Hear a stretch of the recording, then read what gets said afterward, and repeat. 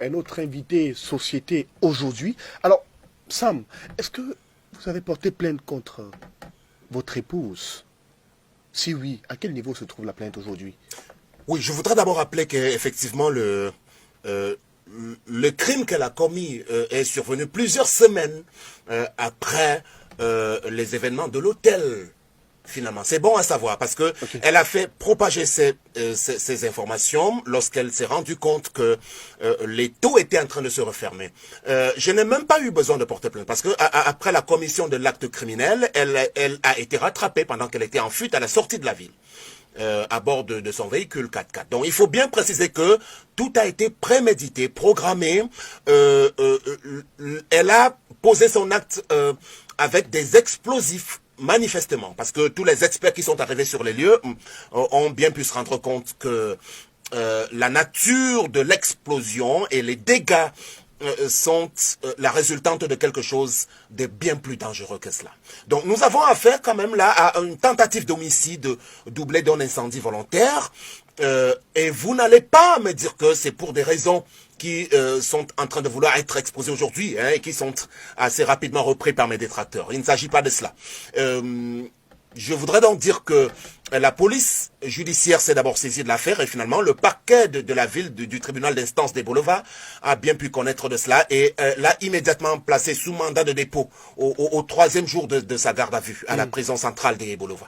Donc aujourd'hui, elle est en garde à vue ou bien elle est déjà libérée? À la prison centrale des Bolova déjà emprisonnée, en attendant le premier jugement qui doit intervenir en fin de cette semaine. Donc il s'agit de faits qui relèvent finalement du ministère public qui doit pouvoir en juger. Mais finalement, je voudrais dire quand même, parce que je suis tenté à mon niveau, écoutant également la plupart des personnes qui me conseillent aujourd'hui de laisser tomber l'affaire au niveau des poursuites. Parce que j'ai dit, il faut rebâtir la maison, il faut obtenir réparation. J'ai chiffré le préjudice moral, matériel à près de 150 millions de francs parce que parmi les choses, au bas mot, parmi les choses qui ont brûlé, Romaric Tenda, j'ai retrouvé des bulletins de notes que ma maman gardait de la classe de 6e, 5e. Il y a plus de 30 ans de cela aujourd'hui. Donc c'est toute une vie qui est partie en fumée. Et au-delà de toutes les choses qui ont brûlé à l'intérieur. Donc, c'était vraiment quelque chose d'intentionnel pour tuer, pour en finir avec le projet de vie d'une personne. Et vous allez venir me parler d'une femme qui est déçue, qui est cocufiée. Non. Donc, ça relève plutôt d'une méchanceté criante qui est l'émanation d'un plan ourdi savamment par un groupe de personnes. Alors, si vous le dites, mais comment un homme comme vous, Sam Severango, journaliste, homme politique, qui a été directeur de campagne pour les candidats à l'élection présidentielle, très critique contre le pouvoir en place en ce moment, a pu se laisser aller avec autant d'imprudence? Est-ce que, finalement, vous n'êtes pas un peu victime de cela? Est-ce que finalement, vous n'êtes pas laissé un peu trop aller? Parce qu'on sait qu'au Cameroun, si vous êtes trop critique avec le régime, faites quand même attention à vos arrières. Sam Séverin. Précisément, c'est à ce niveau. J'ai commencé par confesser la faute que j'ai commise en acceptant de me mettre en relation de couple avec cette dame sans prendre le temps de chercher à la connaître. Là, vraiment, ses antécédents auraient pu m'aider à savoir que j'étais en train d'embrasser le diable en personne. Mais en même temps, j'ai fait preuve de naïveté parce que la question que vous posez aujourd'hui, je n'ai pas bien mesuré ce que je représentais en termes de menaces pour le système en place. Je n'ai pas bien mesuré cette dangerosité-là. Je ne me suis pas bien ménagé en se disant, lorsque vous rentrez effectivement dans l'arène politique, beaucoup plus dans un bastion qui est compliqué comme la région natale du chef de l'État, il faut se prémunir. Donc, je me suis pratiquement, si vous voulez, laisser aller parce que les gens ont été infiltrés même autour de moi, parce que je dois vous rappeler que même certains de mes proches, quand je dis proches de quelques-uns de mes cousins et frères, sont généralement infiltrés pour donner certaines informations. Donc aujourd'hui, la leçon principale à tirer au détriment autour de cette histoire est celle-là, effectivement. Je lance un appel pour que les gens sachent que les temps sont dangereux, qu'en ce moment précisément, il y a l'actualité de notre confrère Martinez Zogo qui fait très très mal également parce qu'il a eu le courage de dénoncer certaines choses concernant des hauts placés au sommet de l'État du Cameroun. Aujourd'hui, il est placé sous mandat de dépôt à la prison de Kondengui. Donc, beaucoup de choses sont en train d'être préparées. Vous savez, quand un régime est en fin de règne, il faut faire très très attention. Donc, les gens sont prêts à tout. Donc, moi je remercie d'ailleurs le ciel et j'accepte le sort qui m'est réservé. Même si d'ailleurs je suis en train de payer quelque chose, je suis un chrétien catholique, j'accepte cela. Et c'est pour cela que par rapport à mon acceptation, par rapport à la triste réalité de mon destin aujourd'hui, je suis vraiment en train d'abandonner ces poursuites-là. Que cette dame et toutes les personnes qui sont derrière elle, qui ont ourdi ce plan machiavélique contre ma personne et ma famille, payent le prix de leur forfait. Donc,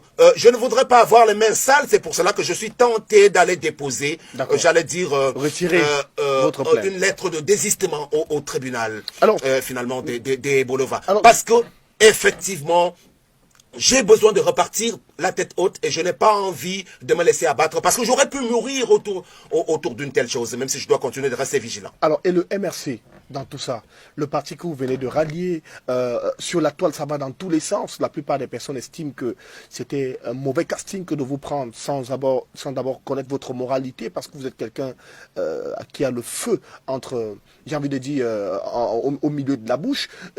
Il y a un certain nombre de choses, on estime que non, Sam Sévérin, au MRC, c'était un mauvais casting. Et le MRC dans tout cela, est-ce que le parti vous soutient depuis que vous êtes victime de tout ce que vous vivez? Quelle est l'attitude avec vos camarades du parti? Oui, je vais répondre à cela, mais assez rapidement, je vais vous dire sur le casting. Je suis un très bon casting plutôt pour le MRC. D'abord, le MRC n'a pas eu besoin de me choisir. Je vous ai dit, j'y suis allé unilatéralement, à la suite quand même d'appels incessants de beaucoup de sympathisants. J'étais déjà, je l'ai rappelé, avec l'UNDP pratiquement. Mais je me suis dit, avec mon tempérament, il n'y a que le MRC aujourd'hui qui présente l'alternative pour qu'on bascule à un autre système, de façon complètement radicale. Donc, à cet effet, j'estime que j'ai toute ma place dans cette formation politique, qui répond à mes aspirations, tout au moins sur le papier. Aujourd'hui, on peut le voir à travers certains actes ici. Donc je peux le répéter autour d'une plateforme comme celle-ci. Alors, depuis la survenue de ces tristes événements et les preuves que je traverse, est-ce que le MRC est en train de m'apporter le soutien nécessaire? Pour l'instant, j'attends toujours de voir. J'ai reçu quand même quelques appels de membres du directoire, mais les appels de soutien qui affluent, qui pleuvent de partout, émanent davantage des militants de la base au Cameroun et à l'étranger, toute la diaspora, effectivement, qui me témoignent de leur soutien indéfectible. Mais je dis très honnêtement également que je serai en attente d'un plus grand soutien aujourd'hui. Parce que, voyez-vous, toutes les choses que je vis depuis le début même de mon entrée au cœur de cette formation politique sont la résultante d'un crime de lèse-majesté que j'ai commis. Il faut bien le rappeler. Parce que même depuis le temps de Abel et Yinga, qui était une grande figure de l'histoire du Cameroun, qui est devenu personnage de l'opposition, qui a voulu s'implanter dans la région du Sud. Il n'a jamais pu, même Abel et Yinga, bousculer les lignes comme j'ai réussi à le faire en seulement quelques mois aujourd'hui, pour que les gens se sentent menacés dans leur certitude. Donc, à partir de là, ma tête est mise à prix et j'ai besoin quand même d'être rassuré de ce que l'équipe avec laquelle je chemine me protège. J'ai besoin d'être rassuré de ce que je n'ai pas fait le mauvais choix également. Vous n'avez pas ce sentiment aujourd'hui, apparemment? Pas complètement. Je n'ai pas complètement ce sentiment parce que, d'abord, quelle est la place que j'occupe dans les rangs du MRC aujourd'hui?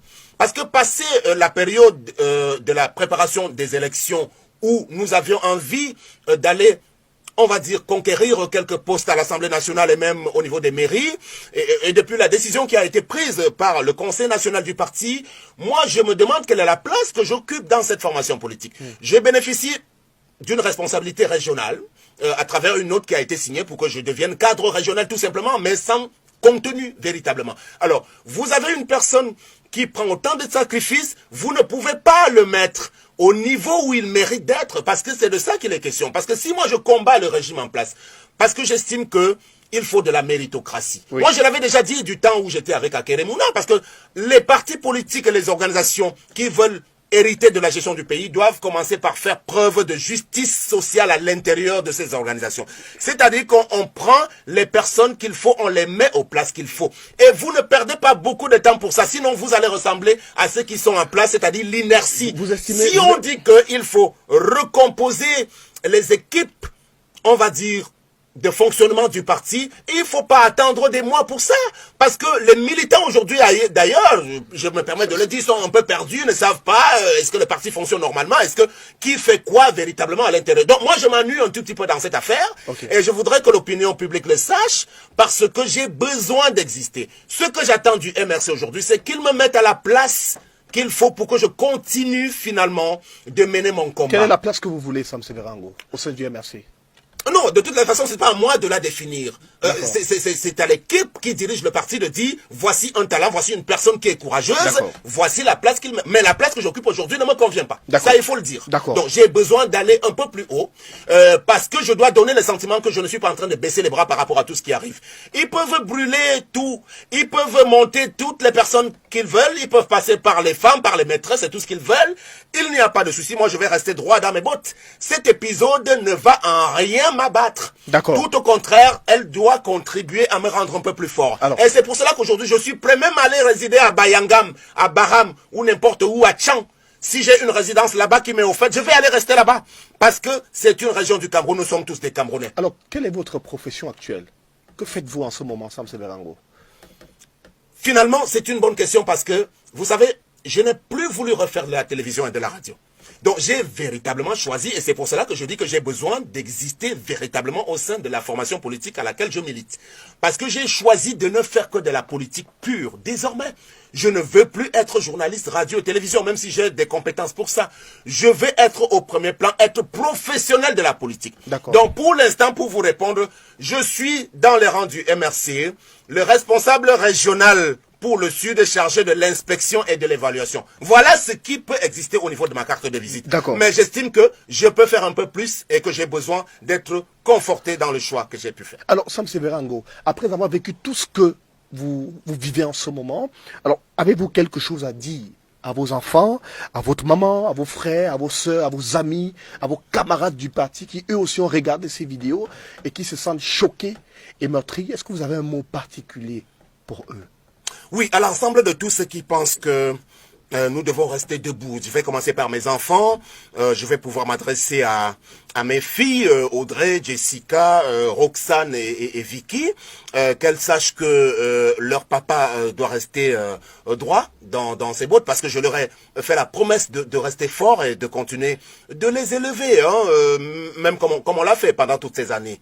Parce que finalement, c'est l'une des choses qui compte le plus aujourd'hui dans la vie d'un homme également. Mais j'ai également une mission publique. Ma mission publique ne doit pas s'arrêter. Les cabales, elles sont orchestrées et on sait d'où elles viennent. Donc aujourd'hui, j'ai envie d'abord, comme je le rappelais tout à l'heure, d'être conforté dans l'organisation politique à laquelle j'appartiens désormais. Parce qu'il n'est pas bon de rester et de penser que le Cameroun doit avancer sans donner le sentiment qu'il y a de la solidarité parmi les équipes qui se constituent. Donc j'ai envie de dire à toutes les personnes qui auraient pu être blessées, à toutes les dames, parce que normalement, si on peut parler sous le prisme de l'infidélité d'un acte qui aurait été commis, oui, un homme normal n'a pas le droit de tromper. À ce niveau, on peut dire s'il y a eu tentative. Parce que c'est une tentative, malgré qu'on ne peut pas justifier un acte d'adultère également dans une chambre d'hôtel à 200 km, à la suite d'une filature. Malgré tout, moi je peux prendre ça sur moi, de dire que oui, c'est une faute sur le plan de mon positionnement politique également. Rappelez-vous ce qui est arrivé à bien d'autres personnes. Bill Clinton, il y a eu des SK, c'était bien plus grave. Il y a eu beaucoup de cas également de célébrités aujourd'hui en termes de frasques et tout ça là qui peuvent être excipés autour de Clinton Dier, Samuel Eto'o, Didier Drogba ou bien Yaya Touré. Toutes ces choses-là, on le leur a pardonné. C'est-à-dire que même ce que Thierry Henry avait fait avant 2010 en disant, en marquant un but de la main pour qualifier la France, on lui a pardonné ça. Ce que Zinedine Zidane a fait finalement pendant la Coupe du Monde 2006, on le lui a pardonné. Quand on est une célébrité et qu'on représente beaucoup de choses pour son pays, il faut que l'opinion ne tombe pas sous le coup, j'allais dire, de la facilité et de la manipulation. J'ai été trompé, j'ai été embarqué, j'ai été pisté. Je reconnais que j'ai fait preuve de naïveté. Aujourd'hui, il va falloir faire preuve de beaucoup de prudence. C'est une épreuve difficile, je ne peux pas le cacher, parce qu'aujourd'hui, au-delà de l'image qui était cornée un tout petit peu, il y a que c'est toute une vie qui est partie en fumée.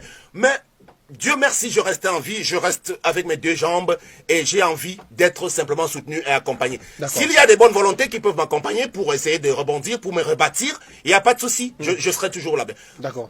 Et je suis prêt à aller et résider, si vous voulez, dans n'importe quelle région du Cameroun, mais à condition que le combat continue. Et le combat doit continuer avec le soutien, j'allais dire, de mes camarades, de tous mes amis politiques qui ont besoin que je puisse rester fort en compagnie de tout le monde. Merci infiniment, Sam Severango, d'être venu ici. Je rappelle que depuis que vous êtes